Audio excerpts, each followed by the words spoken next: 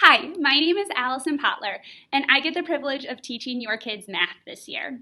Since we aren't able to have Ignite in person and on campus, I wanted to take an opportunity just to share with you a little bit about myself, about our class this year, and about ways that we can partner together to help your child succeed and thrive in math class. So I'll start with just a little bit about myself. I grew up here in St. Louis. I attended high school at Kirkwood High School.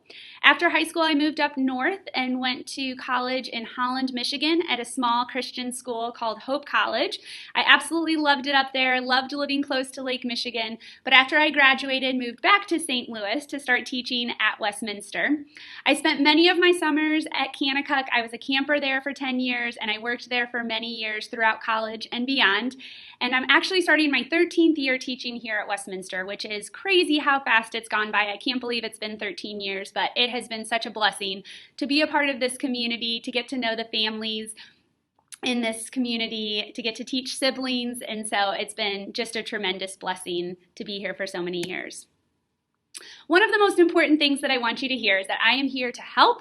I want your child to succeed and want to do whatever I can to help them succeed.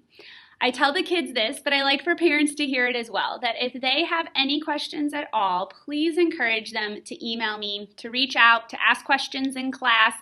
If they need one-on-one help, I'm happy to set up a time to meet with them before school or after school, either in person or on Zoom.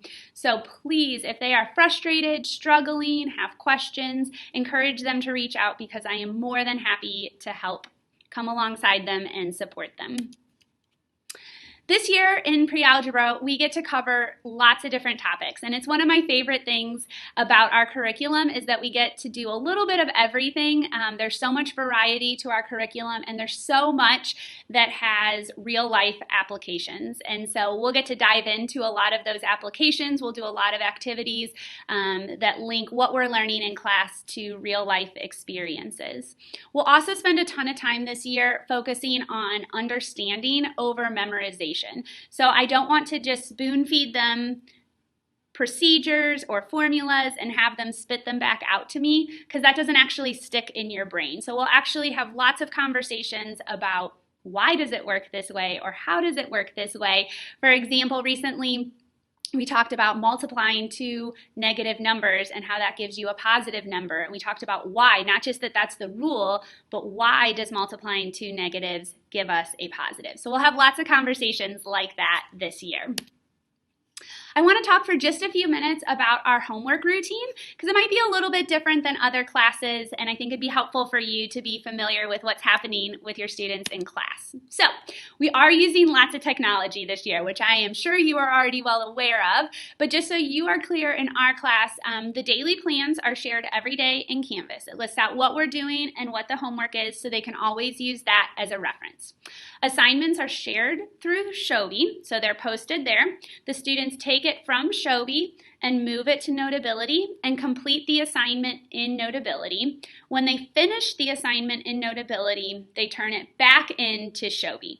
Now, we've been doing this already for several weeks, so the students are getting better and better at it and in more of a routine. But just so you're aware, that's sort of what our workflow looks like in math class.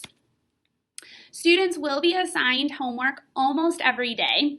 The assignment is always posted on Veracross, and you have a Parent Veracross portal, so you can also go on and see what their homework is every day. I get asked the question all the time, how long should homework take? Which is a little bit of a hard question for me to answer because everybody works on math at different paces, and I tell the students that as well. On average, it should take your kids about 20-ish minutes each night. Sometimes a little bit more, sometimes a little bit less. With each assignment, I post the answers to the odd numbered questions. And I tell the kids that they should complete the assignment and then go back and check the odd answers. And in checking the odd answers, if they make mistakes, they should fix those mistakes, try to resolve the problem and see if they can get to the right answer. And I'm hoping that by looking at the odd answers and checking those, it might help them catch some of their mistakes even on the even problems as well. In class, the next day, we will grade the assignment. And the assignment ends up being out of 10 points, but it's broken down into a completion grade and an accuracy grade. I'm going to start with the accuracy grade. That grade is based on 5 random even problems that we grade in class. So the students grade their assignment, I pick which 5 problems, and they grade them. That composes their accuracy score. The completion score, I look for that they have completed every problem and they have shown their work. I talk to the kids about how the completion score reflects effort. So they should always be getting a 5 out of 5 on that completion score, which really should boost their overall total. And so the completion score plus the accuracy score add together to give them their total grade on that assignment. As I mentioned before, we talk a lot about how we can learn from their mistakes. So a mistake is only a mistake if you don't learn from it. Otherwise, it's a lesson. And we talk about this a lot, that they are going to make mistakes. I expect them to make mistakes. If they don't make mistakes, they don't need to be sitting in my class. And so we talk about how going back and correcting your work and learning from your mistakes is one of the best lessons. And so I strongly encourage them after we grade to go back and look at the ones that they missed, try to figure out why they missed it, what they did wrong, and figure out their mistake. If they don't understand what they did wrong, is when I encourage them to either ask me in class or send me an email to follow up.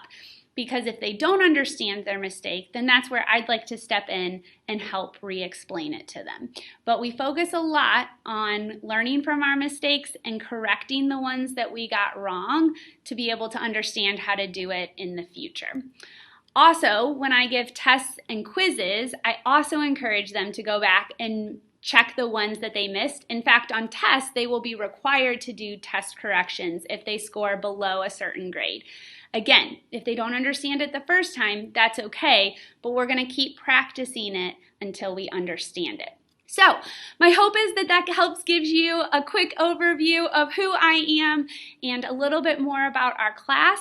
I'm really looking forward to hopefully seeing many of you in a couple weeks at parent-teacher conferences and getting to meet in person, but wanted to just give you a bird's eye view of our class. If you have any questions or concerns, please feel free to reach out to me. My email address is here on the screen, and I would be happy to answer any questions that you have. Thank you so much, and I hope you have a great day.